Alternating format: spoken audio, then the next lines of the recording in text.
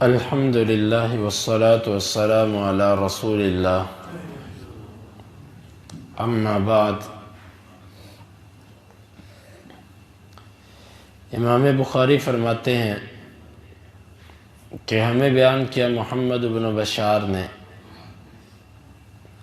وہ کہتے ہیں ہمیں بیان کیا غندر نے، وہ کہتے ہیں ہمیں بیان کیا شعبہ نے محمد بن زیاد سے، وہ ابو ہریرہ رضی اللہ عنہ سے، ان الحسن بن علی اخذ تمرۃ من تمر صدقہ، حسن بن علی رضی اللہ عنہ نے صدقے کی کھجوروں میں سے ایک کھجور پکڑ لی، فجعلها فی فیہ، اسے انہوں نے اپنے منہ میں کر لیا، فقال النبی صلی اللہ علیہ وسلم بالفارسیہ، اللہ کے نبی صلی اللہ علیہ وسلم نے فارسی میں کہا کخ کخ، اوہ اوہ، اما تعرف انا لا ناکل الصدقہ، تجھے علم نہیں ہے کہ ہم صدقہ نہیں کھاتے۔ اس حدیث سے امام بخاری کا استدلال یہی ہے کہ آپ نے فارسی زبان میں حسن رضی اللہ عنہ کو کہا کہ اف اف، اس کو باہر نکالو، یعنی کہ یہ فارسی کلمات آپ نے استعمال کیے۔ اگر فارسی زبان استعمال کرنا بالکل منع ہوتا، حرام ہوتا، تو اللہ کے نبی صلی اللہ علیہ وسلم اس کلمے کو استعمال نہ کرتے۔ یہ ہے امام بخاری کا استدلال۔ اب اس حدیث کی تھوڑی سی وضاحت، اللہ کے نبی صلی اللہ علیہ وسلم پر صدقہ حرام ہے، آپ کی جو آل تھی اس پر بھی حرام ہے، کیونکہ صدقہ جو ہوتا ہے یہ اوساخ الناس ہے۔ اوساخ الناس کا مطلب ہے کہ لوگوں کی میل کچیل، اور اللہ کے نبی صلی اللہ علیہ وسلم افضل البشر تھے، اور آپ کا جو گھرانہ ہے اگر اس کے اندر ایمان ہو تو وہ نسب کے اعتبار سے بہترین گھرانہ ہے۔ باقی اللہ کے ہاں عزت اسی کی ہے کہ جس کے پاس تقوی اور ایمان ہے۔ کسی کا نسب اس کو آگے نہیں کر سکتا، ہاں دنیا میں نسب کا ایک شرف ضرور ہے کہ یہ اللہ کے نبی صلی اللہ علیہ وسلم کا گھرانہ ہے، لیکن اس کا یہ مطلب نہیں ہے کہ قیامت کے دن اللہ تعالیٰ کے ہاں اس وجہ سے کوئی آگے نکل جائے گا کہ یہ سید زادہ ہے، یہ وجہ نہیں ہے۔ ان اکرمکم عند اللہ اتقاکم،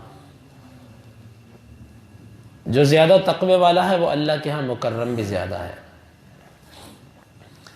اب مسئلہ ہے کہ سید اہل بیت اس کو صدقہ نہیں دیا جا سکتا، لیکن بعض دفعہ ایسے ہوتا ہے کہ کوئی بندہ یہ کہتا ہے کہ میں سید ہوں، لیکن وہ اتنا غریب اور فقیر ہے کہ اس کے گھر کا خرچہ نہیں چلتا، پھر ایسی صورت میں کیا کیا جائے؟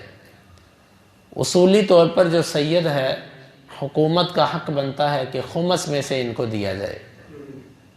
خمس وہ مال غنیمت ہوتا ہے جو حکومت کو حاصل ہوتا ہے، اس میں سے 5واں حصہ وہ اہل بیت کے اندر تقسیم کیا جاتا ہے اپنی ضروریات کے مطابق۔ جب حکومت اہل بیت کو ان کا حق نہ دے تو پھر اہل علم کا فتویٰ ہے، جن میں شیخ الاسلام ابن تیمیہ اور دیگر اہل علم کی رائے ہے کہ اس وقت اہل بیت کو اہل بیت ہی کی زکوٰۃ دی جا سکتی ہے،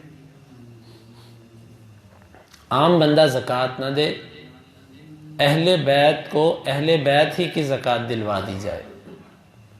لیکن اگر یہ بھی ممکن نہ ہو تو پھر اضطراری حالت میں زکوٰۃ دی جا سکتی ہے، لیکن یہ اسی صورت میں ہے کہ جس صورت میں عام بندے کے لیے جیسے مردار کھانا جائز ہے، مجبوری میں، سخت مجبوری کے سوا اگر وہ کھاتا ہے تو وہ گناہ گار ہے۔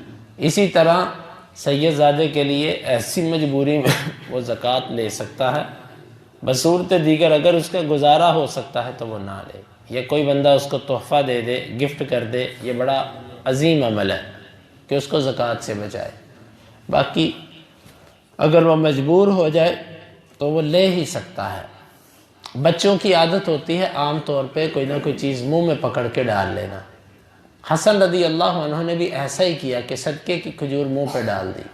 آپ نے یہ نہیں فرمایا کہ چلو یہ بچہ ہے، ہمارے ہاں بچوں کی تربیت پر پوری توجہ نہیں دی جاتی.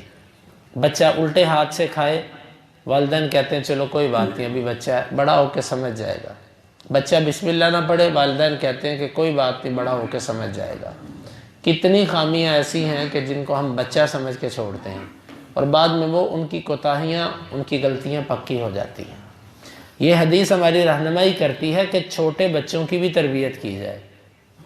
اور بعض روایت میں آتا ہے کہ آپ نے ایسے منہ پکڑا اور ایسے ہلایا اور اس کو باہر نکالا کھجور کو.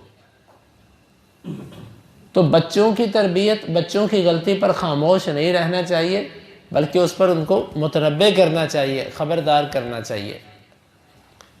تیسری بات، اگرچہ بچہ مکلف نہیں ہوتا، لیکن اگر بڑے کے سامنے وہ کوئی غلطی کر رہا ہے تو بڑا تو مکلف ہے. اب شریعت کے جتنے احکام ہیں یہ بلوغت سے شروع ہوتے ہیں. جب بچہ بالغ ہوتا ہے تو اس وقت اسلام کے احکامات اس کے اوپر فرض ہوتے ہیں. اس سے پہلے تمام احکامات اس کے لیے استحباب کا درجہ رکھتے ہیں.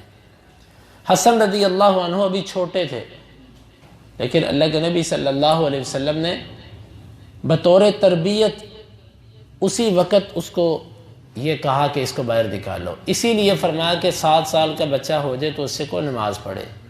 یہ بطور فرض نہیں ہے، بطور تربیت ہے. بلکہ 10 سال کا بھی ہو جائے تو اس کو جو سختی سے نماز کا حکم ہے نا، اس کے بارے میں بھی اہل علم کا ایک گروہ یہ کہتا ہے کہ وہ بطور فرض نہیں ہے، وہ بطور تربیت ہے. فرض نماز اسی وقت ہوتی ہے جب بچہ بالغ ہوتا ہے، یہ بطور تربیت کہا ہے. تو بچہ نہ سمجھ بھی ہو، اس کی ہر غلط چیز پہ اس کو ٹوکیں، اس کو روکیں، اس کے دل کے اندر اس چیز کا احساس پیدا ہوگا کہ یہ چیز غلط ہے. جب آپ کہیں گے کہ بچے کو نہیں روکنا، بچے کو نہیں ٹوکنا، اس کو کچھ نہیں کہنا، پھر بچے کے اندر بگاڑ پیدا ہوتا ہے. اللہ رب العالمین سے دعا ہے اللہ تعالی ہمیں ان مسائل کو سمجھنے کی اور ان کے تقاضوں کو پورا کرنے کی توفیق عطا فرمائے.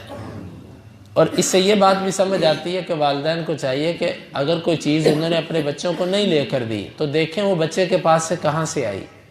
بچہ کوئی باہر سے چیز اٹھا کر لائے، اس کو پوچھیں کہاں سے اٹھائی، کس لیے اٹھائی.